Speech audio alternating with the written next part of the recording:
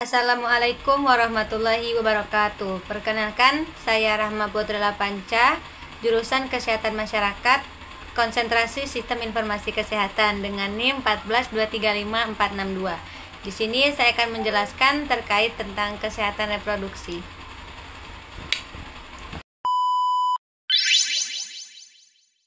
Yang pertama, ada sistem reproduksi wanita bagian eksternal atau bagian luar. Bagiannya terdiri dari vagina, yaitu tempat keluarnya darah menstruasi dan tempat keluarnya jalur janin. Kemudian terdapat himen, yaitu selaput darah yang bersifat mudah rapuh. Kemudian terdapat labia minora yang ada di dalam, labia mayora yang ada di luar, vestibul, uteral opening atau utera, yaitu tempat saluran kencing, klitoris, anus, dan yang terakhir adalah mons pubis, yaitu yang berfungsi sebagai tempat tumbuhnya rambut serta melindungi alat genitalia, yaitu sistem reproduksi wanita bagian internal atau bisa disebut juga sebagai tuba falopi. Yang pertama ada ovari, yaitu tempat berkembangnya sel telur, membrae, tuba falopi, istimus, tempat bertemunya sel telur dengan sel sperma, uterus, tempat berkembangnya janin, fundus, uterine tube, endometrium, myometrium, cervix, dan vagina.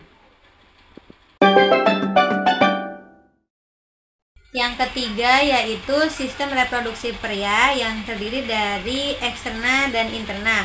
Eksterna terdiri dari penis, yaitu kulit yang berfungsi untuk melindungi uretra, dan skrotum, kulit yang berfungsi untuk melindungi testis. Bagian interna terdiri dari testis, yaitu sebagai tempat penghasil sperma, epididymis, tempat penyimpanan sperma sementara sampai sperma itu matang. Kemudian jika sperma sudah matang, dia akan jalan menuju vas deferens ke vesikula seminalis. Kemudian terdapat kandung kemih, kelenjar prostat, tulang kemaluan. Kemudian sel sperma yang ada di vesikula seminalis akan keluar melalui uretra. Keempat yaitu spermatogenesis. Spermatogenesis merupakan pembentukan dan perkembangan sel sperma dalam jumlah banyak dan secara terus-menerus pada laki dewasa, di mana pada tahap spermatogenesis ini ada 4 tahap, yaitu spermatogonium, spermatosit primer, spermatosit sekunder, spermatid, dan yang terakhir sperma. Pada tahap spermatogonium yaitu tahap awal yang dimana pada tahap ini akan mengalami pembalahan secara mitosis dan berubah menjadi spermatosit primer. Kemudian pada spermatosit primer mengalami pembelahan secara meiosis 1 dan berubah menjadi spermatosit sekunder. Pada spermatosit sekunder mengalami pembelahan secara meiosis 2 dan berubah menjadi spermatid.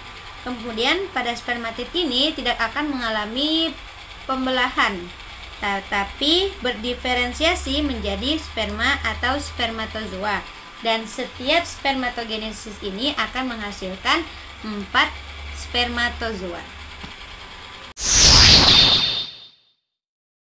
Yang kelima yaitu oogenesis. Oogenesis merupakan proses perkembangan oosit atau sel telur matang yang berlangsung di dalam ovarium, yang dimana pada tahap oogonium itu akan mengalami pembelahan secara mitosis menjadi oosit primer. Kemudian oosit primer mengalami pembelahan secara meiosis 1 menjadi oosit sekunder dan badan pola pertama.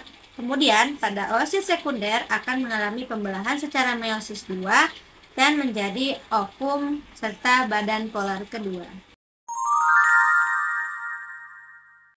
Yang keenam yaitu sitoplasma ovum atau proses masuknya sel sperma ke dalam sel telur, yang dimana setiap sebuah sperma atau spermatozoa ini menyentuh zona pelusida, dia akan melakukan pelekatan yang kuat dan penembusan yang cepat, sehingga zona pelusida ini akan melakukan reaksi untuk menutup kembali sehingga tidak ada sperma yang mencoba untuk memasuki sel telur.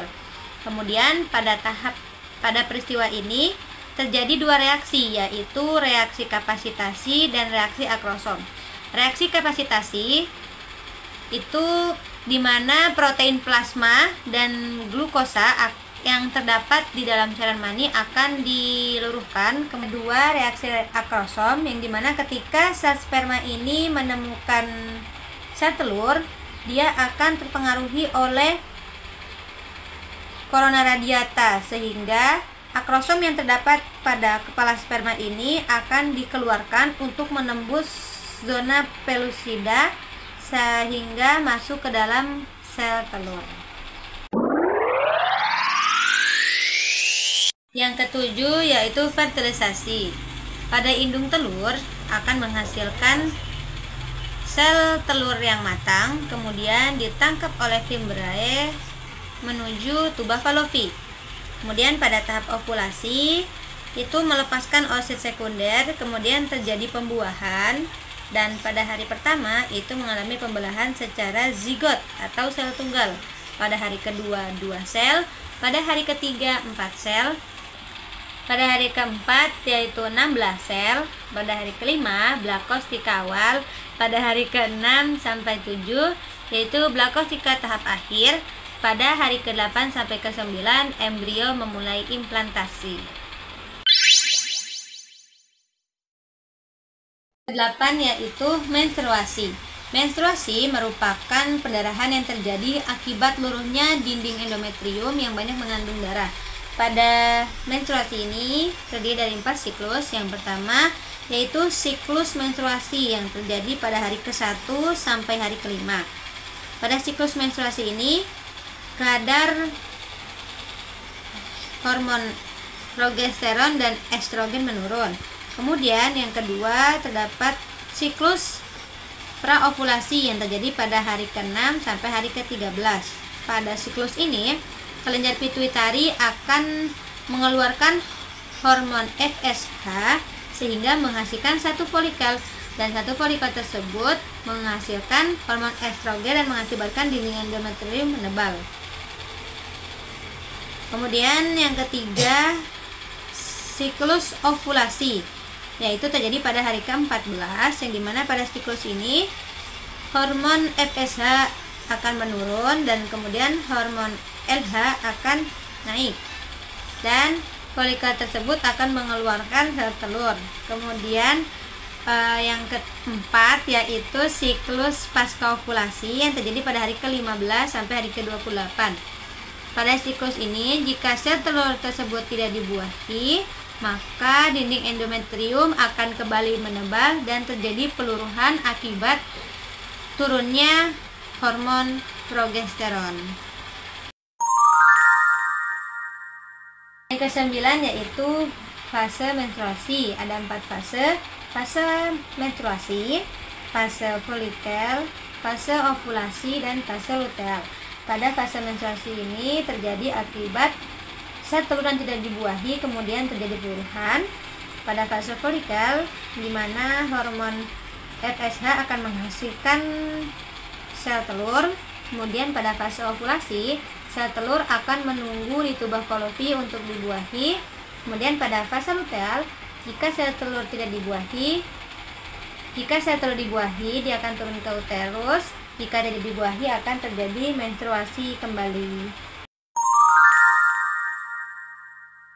10 yaitu kehamilan, di mana perkembangan janin pada minggu ketiga, sel telur akan berkembang dan membentuk 2 kantung, yaitu kantung untuk janin serta kantung untuk plasenta. Pada minggu keempat, jantung janin sudah ada dan berdenyut setiap 1 menit 65 kali. Pada minggu kelima, terbentuk 3 lapisan, yaitu lapisan exoderm, endoderm, serta mesoderm. Pada minggu ke-6, janin akan berbentuk seperti huruf C, serta wajah, mata, hidung, telinga, tenggorokan, dan rahang bawah sudah terbentuk. Pada minggu ke-7, kaki dan tangan terbentuk. Pada minggu ke-8 sampai ke-10, janin mulai berkembang. Pada minggu ke-11 sampai 13, otak serta ginjal janin berkembang dan alat kelamin mulai terbentuk. Pada minggu ke-14 sampai 18, alat kelamin telah terbentuk sempurna dan indera perasaannya berkembang serta dapat mendeteksi cahaya. Kemudian pada minggu ke-19 sampai 22, bayi sudah bisa mendengar suara dan mulai aktif. Pada minggu ke-23 dan 29, tumbuh alis dan rambut. Kemudian janin dapat membuka tutup mata serta menghisap jari. Kemudian pada minggu ke-30 sampai 35, janin telah terbentuk sempurna dan organ-organ di dalamnya juga sudah terbentuk. Kemudian pada minggu ke-36 sampai ke-41, janin akan turun ke daerah panggul dan siap melahirkan. Yang ke-11 yaitu proses persalinan. Pada proses persalinan ini terjadi 4 tahap, yaitu kala 1, kala 2, kala 3, dan kala 4. Pada kala 1, fase pembukaan mulut rahim akibat adanya kontraksi, yaitu pembukaan 1 sampai 10, yang dimana setiap pembukaan itu terjadi selama 2 jam. Kemudian kala 2 yaitu fase pengeluaran janin yang terjadi selama 1 jam. Kala 3, fase pengeluaran plasenta yang terjadi selama 6 sampai 15 menit. Yang keempat, fase observasi untuk ibu hamil. Akhir yaitu laktasi. ASI merupakan cairan putih yang terdapat di kelenjar payudara wanita melalui proses laktasi. Sekresi ASI itu dipengaruhi oleh 2 hormon, yaitu hormon prolaktin dan hormon oksitosin. Bekerjanya hormon prolaktin ini dipengaruhi oleh lamanya hisapan bayi. Kemudian oksitosin dihasilkan oleh kelenjar pituitari akibat adanya respon hisapan bayi. Terima kasih.